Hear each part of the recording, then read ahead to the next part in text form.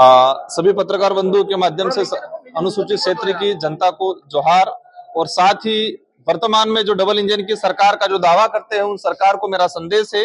और साथ ही आज भारत आदिवासी पार्टी की तरफ से उदयपुर हमारे जनजाति आयुक्त साहब के यहाँ पर ज्ञापन कार्यक्रम रहा हमारा। ये एक गंभीर विषय है कि अनुसूचित जनजाति के उद्धार के लिए, इस क्षेत्र के विकास के लिए, भौतिक सुविधाओं को सुधारने के लिए पिछले बजट में 1500 करोड़ का जो बजट घोषणा हुई थी और ये पूरा साल बीतने आ गया। इसी 19 तारीख को नया बजट आ रहा है, लेकिन दुर्भाग्य की बात यह है टीएडी मंत्री जी का जो सोच, उनके कार्यशैली की वजह से उस बजट का 1 रुपया खर्च नहीं हुआ है। शायद अब तक के इतिहास में पहली बार ऐसा हुआ होगा, पहले भी हुआ है, लेकिन 1 रुपया खर्च नहीं होना, 1500 करोड़ ऐसे एज इट इज हो सकता है वो भ्रष्टाचार के भेंट चढ़ाने के है दिमाग में, या फिर ट्राइबलों के इस क्षेत्र के विकास के लेकर उनकी क्या सोच है वो तो वही जाने। लेकिन बड़े दुर्भाग्य के साथ कहना पड़ रहा है कि 1500 करोड़ रुपया का 1 रुपया आज तक खर्च नहीं हुआ। हम आदिवासी बाहुल्य क्षेत्र के अंदर देखा जाए, स्वच्छ परियोजना के तहत माँ बाड़ियां चल रही है और माँ बाड़ियों में जो शिक्षक लगा है वो उसका पेमेंट नहीं मिल रहा है। जो बच्चे पढ़ रहे हैं पूरे अनुसूचित क्षेत्र के अंदर 90,000 के आसपास माँ बाड़ियों के अंदर बच्चे पढ़ रहे हैं।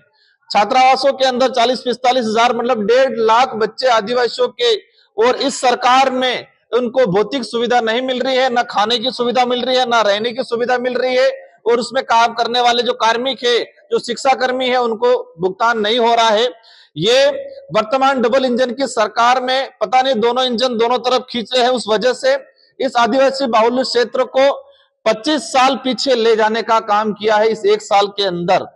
तो हमारी सरकार से मांग है कि इतनी जो आपकी डबल इंजन की सरकार विकास की बात करते हो, अमृत काल की मोदी जी बात करते हैं, तो उनकी सरकार, उनके ही भजनलाल जी और हमारे बाबूलाल जी दोनों ने मिलके इस क्षेत्र का ही नहीं पूरे राजस्थान का बंडा डाल कर दिया है।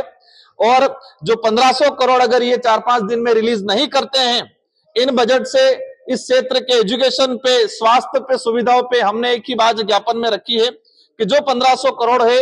उस 1500 करोड़ से आदिवासी बाहुल्य क्षेत्र की शिक्षण व्यवस्था को सुधार कराया जाए, चिकित्सा सुविधाओं का सुधार कराया जाए, और जो बच्चे स्कूल हॉस्टलों में पढ़ रहे हैं उन बच्चों को शैक्षणिक सामग्री हो, भौतिक सुविधा उनको उपलब्ध कराई जाए। अगर वो नहीं करते हैं तो इसी बात को लेकर भारत आदिवासी पार्टी आने वाले 10-15 दिनों के अंदर ही इस 1500 करोड़ की लड़ाई, क्योंकि वो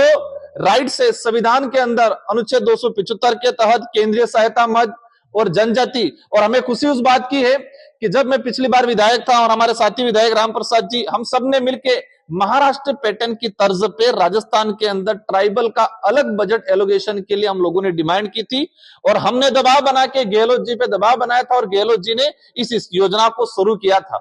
जन सहभागिता योजना के तहत पूरे हर गांव तक इस योजना का बजट जा रहा था। लेकिन दुर्भाग्य है कि बाबूलाल जी मंत्री कार्यकाल भजनलाल जी की सरकार में इस क्षेत्र को 25 साल पीछे ले जाने का काम किया है। इस बात को लेकर अगर ये नहीं सुधारा करेंगे, ये बजट आदिवासियों को नहीं मिलेगा, तो भारत आदिवासी पार्टी आने वाले समय में बड़ा आंदोलन करेगी क्षेत्र के अंदर।